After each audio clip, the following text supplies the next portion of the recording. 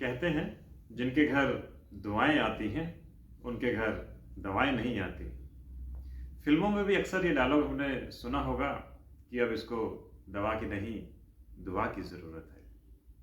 तो ऐसी क्या ताकत है दुआ में, ऐसी क्या शक्ति है दुआ में, ऐसी क्या ज़रूरत है दुआ की? तो आइए इसको समझते हैं आज ब्रह्मा कुमारी ज्योति दीदी से।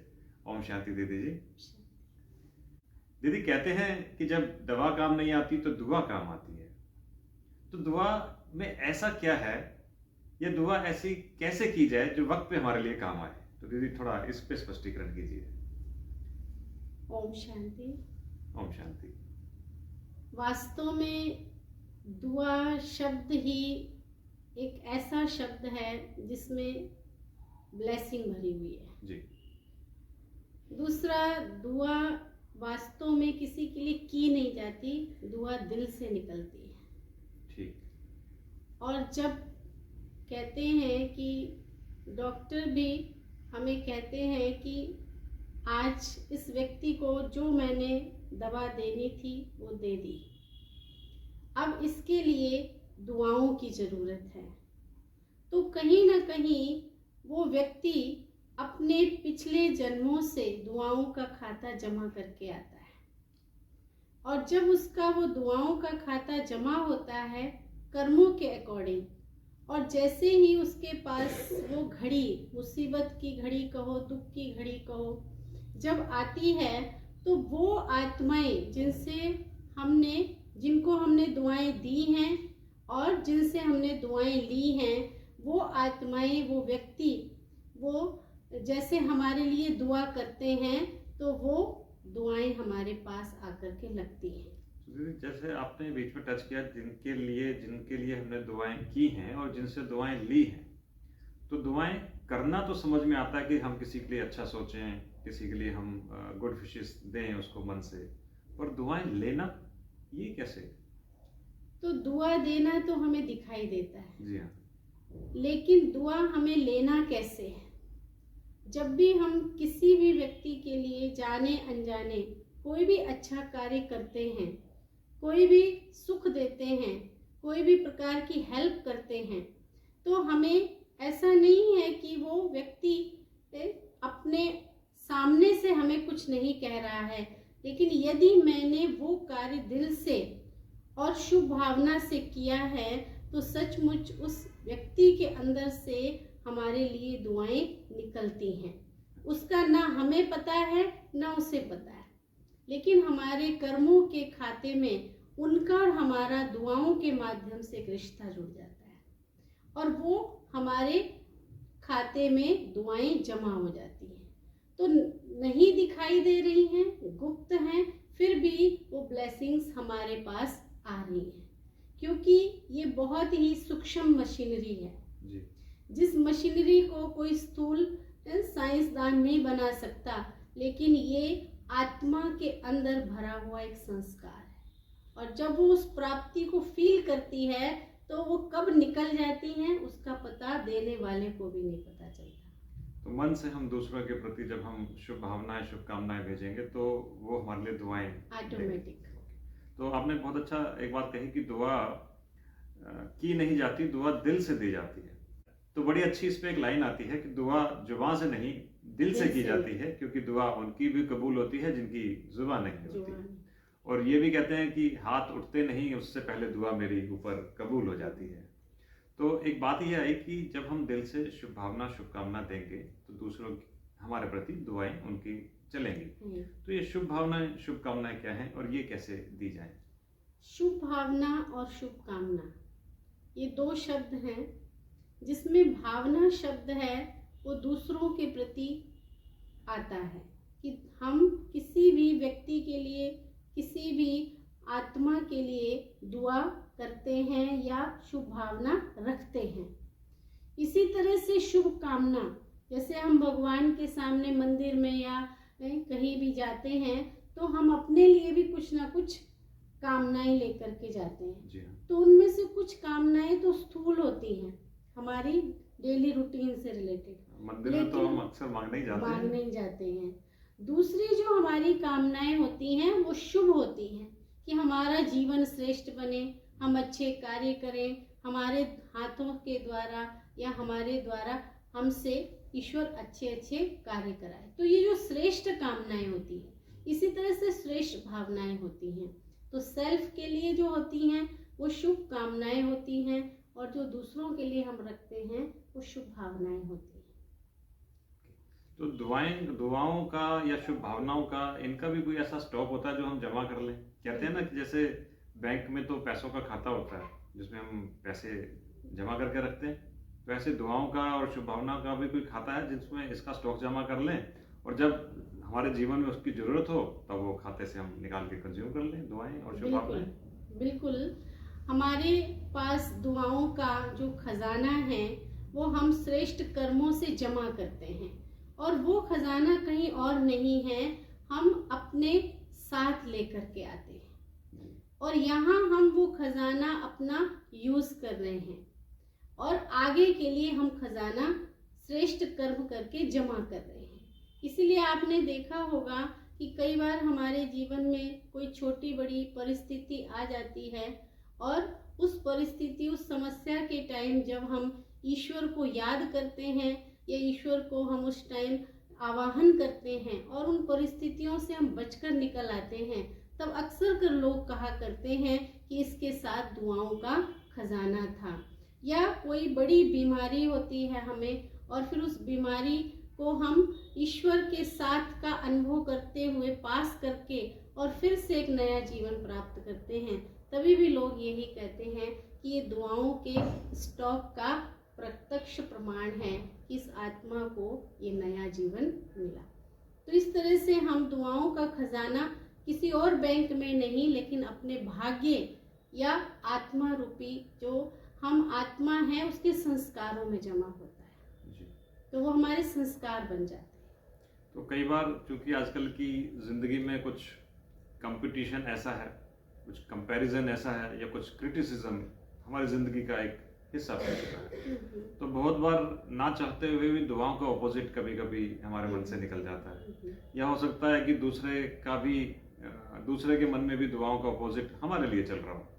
तो इसको हम कैसे समझें और ना करें, ऐसा कोई इलाज हो कि हमारे मन में इसका ऑपोजिट ना चले और दूसरे के मन में भी हमारे प्रति दुआओं का ऑपोजिट ना चले। इसमें एक बहुत अच्छी बात मैं आपको बताना चाहूँगी कि जैसे हम लोग स्कूल में पढ़ाई करते हैं, तो एक हमारे जो एग्ज़ाम्स होते हैं उसमें टेस्ट होते हैं, तो उसमें क्या होता है कि एक क्वेश्चन अगर आप सही हल करेंगे तो आपको पूरा मार्क्स मिलेगा, और अगर आपका एक क्वेश्चन सही नहीं है, ज़्यादातर बैंक वगैरह में जब हम ये एग्ज़ाम देते हैं तो उसके साथ एक और मार्क्स हमारा माइनस हो जाता है, नेगेटिव मार्किंग हो जाती है। तो इसी तरह से यहाँ पर भी है कि जब हम श्रेष्ठ कर्म करते हैं तो हमारा बढ़ कर के खाता जमा होता है, और जब हम नेगेटिव सोचते हैं, गलत सोचते हैं, या अपना अच्छा चाहते हैं, दूसरे के लिए गलत यानी उसको डाउन करने की कोशिश करते हैं, तो वहाँ ही हमारी जो शक्ति कहें या पावर कहें या खजाना कहें वो माइनस में चला जाता है। तो अगर हम इसको सदा के लिए कायम रखना चाहते हैं तो यहाँ पर हमें ज़रूर याद रखना है कि जो हम अपने लिए चाहते हैं वही हम दूसरों को दें। तो मुझे ये भी याद आ रहा, जैसे आपने कहा, तो बड़ा अच्छा एक इस पे लाइन आती है कि एक वृक्ष से लाखों माचिस की तीलियां बनाई जा सकती हैं, परंतु एक माचिस की तीली काफी है उन लाखों वृक्ष को जलाकर समाप्त करने में। तो मैं समझता हूँ सिमिलर बात आप कह रहे थे कि यदि हमारे मन में एक दुआओं का ऑपोजिट चला तो हमारी हजारों लाखों दुआओं के पुण्य क्रम को खत्म भी कर सकता है। बिल्कुल। और दूसरा क्या होता है कि जैसे हम किसी के लिए अगर भाव मन में गलत रखते हैं, जैसे मान लो दुख देना या सुख देना वाली बात है, तो उसमें भी हम क्या करते हैं कि किसी को अगर हम मन में सोचते हैं कि इसने मुझे दुख दिया, और उस समय हम सोचते हैं कि ये व्यक्ति मुझे ऐसा कह के चला गया, तो वो व्यक्ति तो हमें दुख देने वाली बात या कोई हर्ट करने वाली बात एक बार कहता है, लेकिन सारा दिन उस बात को हम खुद रिपीट करते हैं और उससे कई गुना ज़्यादा हम अपने आप को दुख देते हैं। ठीक बात है। तो इसी तरह से ये दुआओं की भी कैपेसिटी होती है, एक पावर होती है, और इस पावर को आप किस विधि से खर्च कर रहे हैं। जी। आप नेगेटिव वे में खर्च कर रहे हैं तो वो शक्ति, वो जो कहेंगे नेगेटिविटी है, वो हमारे ऊपर हावी होगी।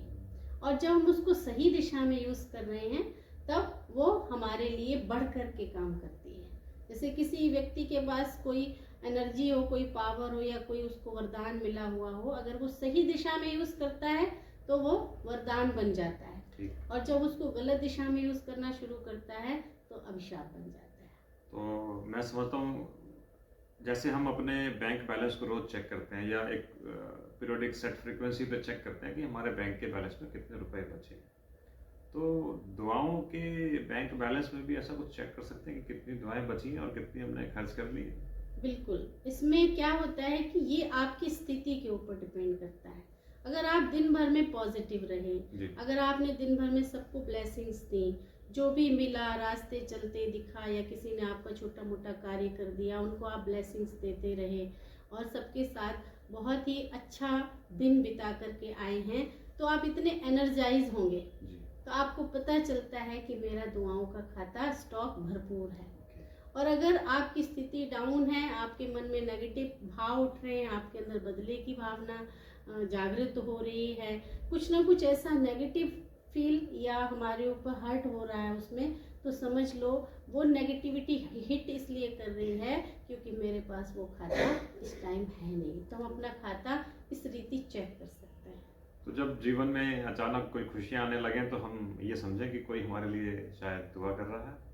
बिल्कुल, दुआ भी कर रहा है, और मेरा भी कोई ऐसा पुण्य का खाता बाहर निकल करके आया है जो किया मैंने ही है। जैसे कोई प्रॉब्लम्स आती है तो भी लोग यही कहते हैं ये आपके ही कोई ना कोई जन्म के कर्म का फल है। इसी तरह से दुआओं में भी होता है। तो दुआएं हमेशा दी जाएं और दुआएं हमेशा ली जाएं। तो दुआओं का कहते हैं कि कोई रंग नहीं होता, लेकिन जब दुआएं अपना रंग दिखाती हैं तो हमारे जीवन में खुशियों का रंग आ जाता है। तो ऐसा क्या है कि दुआओं का रंग तो नहीं होता, लेकिन दुआएं हमारे जीवन में खुशियां भर देती हैं, खुशियों का रंग भर देती हैं। तो ये हम कैसे जानें? जैसे मैंने अभी कहा कि शायद जब हम अचानक से हमारे जीवन में खुशियां हों तो कोई हमारे लिए दुआ कर रहा है, तो इसका एहसास हम कैसे करें? इसका जैसे कोई हमारे लिए दुआएं कर रहा है या हमें दुआ मिल रही है, इसका एहसास इस रीति से होता है कि उस व्यक्ति के साथ हम नहीं भी जानते हैं तो भी उस व्यक्ति से कहीं ना कहीं हमारा नाता जुड़ जाता है, रिश्ता जुड़ जाता है। वो हमें पता नहीं है, लेकिन आज नहीं तो कल वो जरूर हमें कहीं ना कहीं वापस मिलता है। तो इसलिए एहसास होता है कि हमने जो किया है उसके ही रिटर्न में ये वापस आया है, तो ये एहसास दिलाता है। तो एक स्लोगन मैंने कहीं पढ़ा कि ना दुख दो ना दुख लो। तो ना दुख दे ये तो समझ में आ जाता है, दुख ना ले ये हम कैसे, हमारे नियंत्रण में ये कैसे है? दुख ना देना ये हम दिन भर की अपनी दिनचर्या में चेक कर सकते हैं जी, कि हमने आज अच्छा कार्य किया, अच्छी सबके साथ अच्छा संबंध रखा, अच्छे संपर्क रखे, सबके कार्य किए, हेल्प की, तो हमने दुख नहीं दिया। लेकिन इसके साथ साथ हमें ये चेक करना है कि दिन भर की इस दिनचर्या में अगर मुझे किसी ने गलत बिहेव किया, हर्ट किया, उसके बदले हमने वो हर्ट अपने पास रखी या उसकी हर्ट को, उसकी जो नेगेटिविटी है वो जो दे रहा है उसको हमने इग्नोर कर दिया, डोंट केयर कर दिया, लेट गो कर दिया, और उसके बदले मैंने उसको दुआएं दी, तो ये दुख ना लेना हो गया कि उस तरफ से तो आया था लेकिन मेरे को पसंद नहीं था, इसलिए मैंने अपने अंदर उसको एंटर नहीं करने दिया। तो हम दुख लेने से बच सकते हैं। ऐसी जो बातें हैं, ऐसे इंसिडेंट हमारे सामने दिन भर में कई बार ही आते हैं। तो अगर हम चाहें और हमें ऐसी नॉलेज है, इस रीति से हम दुख ना लेने से बच सकते हैं। तो आपने एक बात कही कि इग्नोर करना, तो मैंने एक बड़ा अच्छा स्लोगन भी कहीं पढ़ा था कि आज सुखी रहने का महामंत्र है ओम इग्नोराय नमः। तो हम इग्नोर करें और बातों को भूलें। तो ये भी बड़ी अच्छी बात मुझे लगती है कि जैसे जब हम छोटे थे तो कहा जाता था कि बातों को याद रखना सीखो। आज हम बड़े हो गए तो कहते हैं बातों को भूलना सीखो, क्योंकि वो बातें हमारी मेमोरी में कुछ ऐसे हमारे परसेप्शंस को डेवलप कर देती है, या हमारी हमारी कर्मों को कुछ ऐसा डिस्टर्ब कर देती है। तो कहते हैं बातों को भूलना सीखो, जो बातें हमें परेशान कर रही हो उन्हें हम भूल जाएं। पर दीदी, भूलना इतना सहज तो नहीं होता जितना सहज कह देना होता है। बिल्कुल। तो किसी का व्यवहार मेरे प्रति जो अच्छा ना रहा हो तो मैं भूलूं कैसे उसको? आपने बिल्कुल ठीक कहा, भूलना मुश्किल होता है। जी। अगर भूलना मुश्किल होता है तो हम याद करने की प्रक्रिया अपना लें। ठीक। कि भूलने में मेहनत नहीं करें, अच्छा। लेकिन जहाँ पर वो चीज़ें हमें हिट कर रही हैं उस टाइम हम उनके गुणों को, उनकी विशेषताओं को, उन्होंने मेरे साथ जो अच्छा किया है उसको सामने लाएं। पर यही तो मुश्किल है, उसने तो मेरे साथ बुरा किया जी। अब मैं अच्छाई कहाँ से ढूंढूं उसमें? जब उसने हमारे साथ बुरा किया है और मान लो हम भी बुरा करें उसके लिए, तो क्या हमारे जीवन में खुशी आएगी? नहीं आएगी। क्या हमारे को ब्लेसिंग्स मिलेंगी? नहीं मिलेगी। तो जब हम उसके लिए बुरा कर रहे हैं, गलत कर रहे हैं, उस टाइम भी हमें कुछ प्राप्ति नहीं हो रही है, तो क्यों ना उसके साथ अपना अकाउंट खत्म करने के लिए हम उसे ब्लेसिंग्स दे करके उससे अपना खाता माइनस कर सकते हैं। ये एक बहुत अच्छी विधि है कि किसी भी व्यक्ति से आपका अगर टकराव है जी। और वो आपके लिए ब्लेसिंग्स नहीं करता है और आप उसके लिए सुबह उठते ही दिल से कुछ अच्छी ब्लेसिंग्स दे करके 10-15 दिन आप इसकी प्रैक्टिस करेंगे तो आपके मन में से उसके प्रति जो हेट है वो समाप्त होने लग जाएगा। और इसका जो अभ्यास है वो लगातार चाहिए। अच्छा, ये चलो मैं तो समझ लूँ आपसे बात करके, सुन के जी। कि मुझे उसके प्रति कुछ ऐसा नेगेटिव नहीं सोचना, पॉजिटिव सोचना है। पर सामने वाले को, वो मेरे लिए नेगेटिव सोच रहा है तो अगर वो हमारे लिए नेगेटिव सोच रहा है, उधर से हमारे तरफ ब्लैक बॉल आ रही है, ब्लैक बॉल्स आ रही है, तो अब हमारा काम क्या है? व्हाइट बॉल्स भेजना।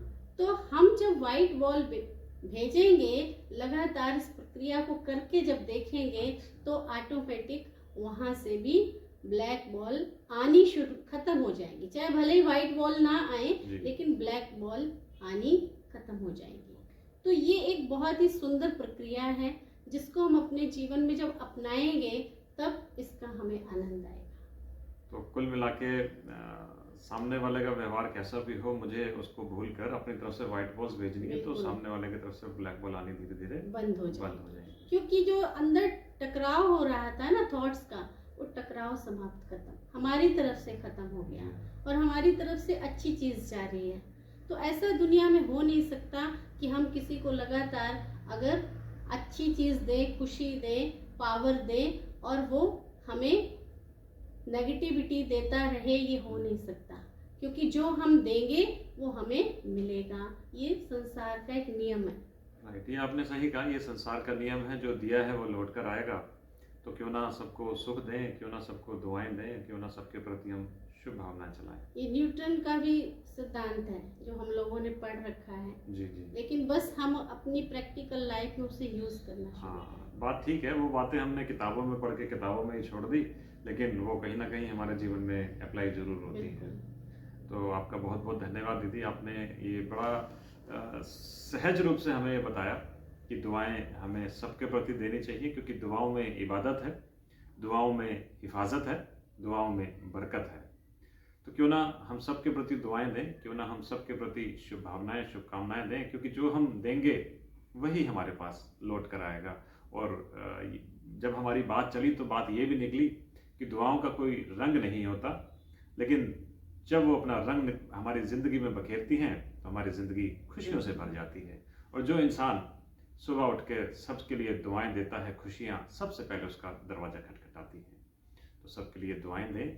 आपका बहुत बहुत धन्यवाद दीदी। ओम शांति। आपने बड़े सहज शब्दों में हमें ये इस मैं कहता हूँ इस मुश्किल से सब्जेक्ट को बहुत सहज तरीके से समझा दिया। Thank you very much. ओम शांति।